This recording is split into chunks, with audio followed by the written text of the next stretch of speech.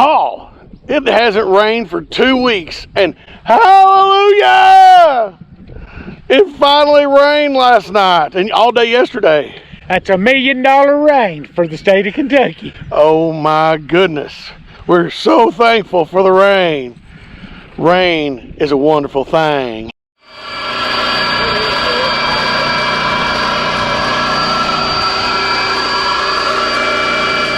All right, we're down to the last day of planting corn this year.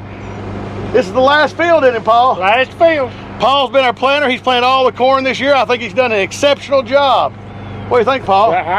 Planters work good. It was ready when it went to the field, and that made all the difference. Oh yeah, absolutely. We got Kenny, Paul, myself, and the Beck's rep, David Croshaw. He doesn't like to be on camera. And we're going to be planting our corn test plot today. A little over 20 hybrids in it. Show you what it's like to plant a corn plot. Well, I'm getting in the tractor and turning the arrow. You boys can sweat all you want to.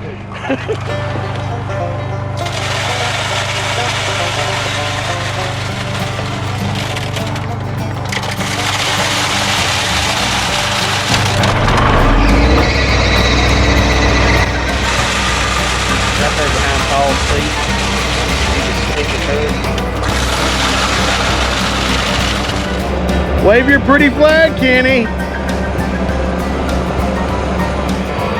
On our plot, there's going to be a 30-inch corn rows. The plot itself, as you see in the background, we're getting going on it. It's going to be about 600 feet long.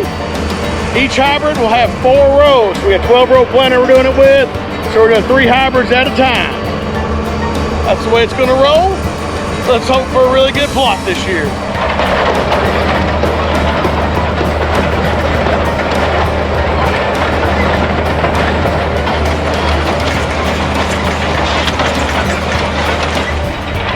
And here comes the Beck's rep, David Croshaw.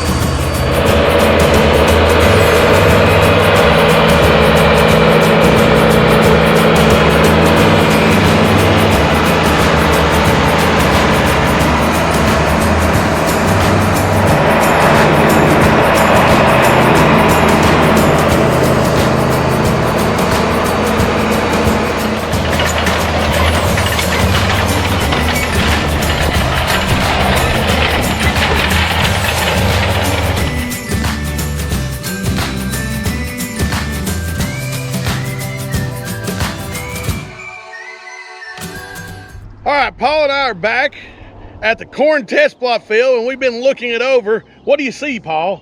I see some skip places in the corn. Yeah. The field was ripped with a 7-shank ripper, and it was not disked. Wait. And thus, this was planted the first week of May. When was the ripping done in it? Probably late March, mid-April. If you'll come to the end row that I first planted, if you'll look down the rows, I'm going the same direction that the ripper went. and you see a perfect stand. Okay. Perfect as you can get. Then you get over the test plot where we was going across the rippers like the washboard. Is where you see the variation in the stand. It should have been probably leveled up, and Yes. as the planter went across, it is like riding across a washboard. And when the press wheels picked the planter up, some of the seed didn't get placed in the ground. And then also, we had about 2 weeks worth of extremely dry, hot weather. Yeah. And so those seeds that was exposed didn't have a chance to germinate. Now that Memorial Day weekend, now that we've had 1.5 inches of rain, some of that stand may improve. Let's hope it does. You know, you're right. We had over 2 weeks of nothing but 80-degree temperatures, pushing towards 90, and no rain. No rain. Because the other planter is completely covered in dust. And today it's 58 degrees on Memorial Day weekend, the Saturday of Memorial Day weekend, right? That's right. It's cool outside. The corn's probably not like it as much, but it'll be okay. I think you're right. When I checked this a few days ago, I was disappointed with the stand. I think it's going to be better than I thought it was. Which hybrid do I think will win the test plot? I'm still going with 6414. This hybrid, where we're standing, looking on out in the field, looks to have almost a perfect stand off in the distance. And when you have a perfect stand, it's hard to beat that. I think Paul's right. This was good stand. Well, let's see what Paul's pick is. Oh, yeah. Paul's pick, because of the stand, is 5909 AM. Oh, Crowshaw's gonna love that one. What is that? That comes through Corteva line of genetics. Oh, okay. Bex doesn't care where they get their genetics from. All they care is the best corn and beans and wheat for the area you live in. So he's picking an AM product, I'm picking a V2P. And you know what? We'll soon see. Well, if there's one thing we've learned for sure, ripping in late March and planting in early May, ooh, probably need a disc in front of it in between. And that would solve part of your stand. That is a lesson well learned. yes it is.